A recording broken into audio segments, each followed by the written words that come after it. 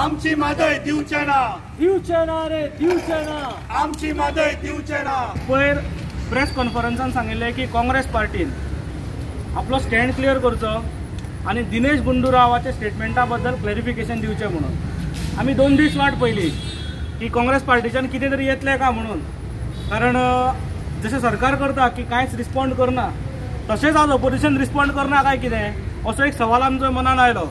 आनी we wanted a clarification from Congress party की दिनेश गुंडूराव जेणें स्टेटमेंट केलें की every state has right to fight, आनी वो दिनेश गुंडूराव वो कोण तो तुमकां हांव सांगता। वो दिनेश गुंडूराव हेजी फॅमिली पुराय फॅमिली जी आसा पळय ती गोंयच्या अगेन्स्ट, गोंयकारांच्या अगेन्स्ट।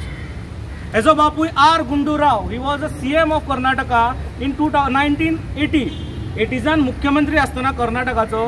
ह्याच मनशान दिनेश गुंडूरावाच्या बापायन आर गुंडूरावान कमिटी फॉर्म केली म्हादयचें उदक डायवर्ट करपाक लागून। So he is the first culprit म्हादयच्या बाबतीन डायवर्ट करपाक लागून। आनी आज इतली वर्सां जी म्हादयचो लढो जो चल्ला पळय तेका कारणीभूत आर गुंडूराव ह्या दिनेश गुंडूरावाचो बापूय। लॉज इतली दिसता की ह्या काँग्रेस पार्टीक वो एकूच दिनेश गुंडूराव मेळ्ळो काय कितें गोंयचो प्रभारी करपाक लागून।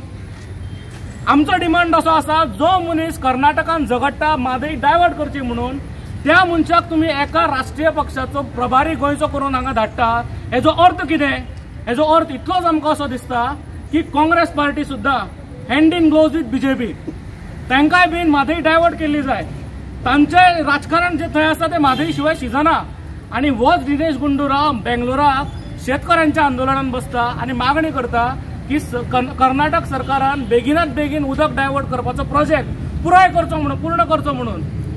हे अशा मनशाक जेन्ना काँग्रेस पार्टी गोंयची गोंयान घेवन नाच करता आनी हीच काँग्रेस पार्टी म्हादय वाजोवपाक लागून म्हादय जागोर म्हणून जे नाटक करता, हेजे उत्तरूय काँग्रेस पार्टीन दिवचें पडटलें। कासुराक थोडे दीस उरिल्ले आसा, पूण गोंयची म्हादय नश्ट करपाचो नरकासूर आज आमी हांगा पयलींच जळयल्लो आसा, दिवाळेच्या पयलीं थोडे दीस पयलीं।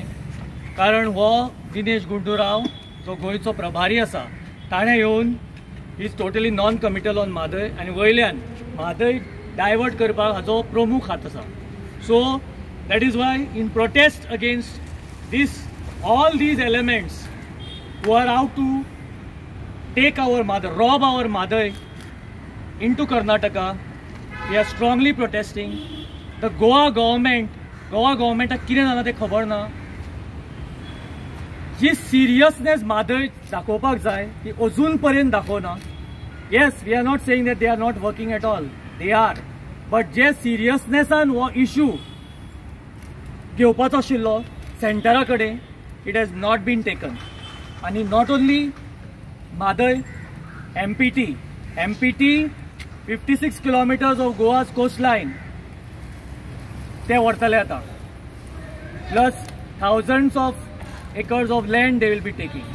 ते बिल पास जावपाचें आसा, दिस ड्राकोनियन बिल सेंट्रल गव्हर्मेंटाचे पास जावपाचें आसा आनी 56 किलोमीटर ऑफ कोस्टलायन वचपाचें आसा। म्हणजे सगळ्या वटेन Goa is being taken away from us by the central government end the state government. आनी हे असले लोक जे ओपोजिशन पार्टीचे आसा ते येवन गोंयान हांगा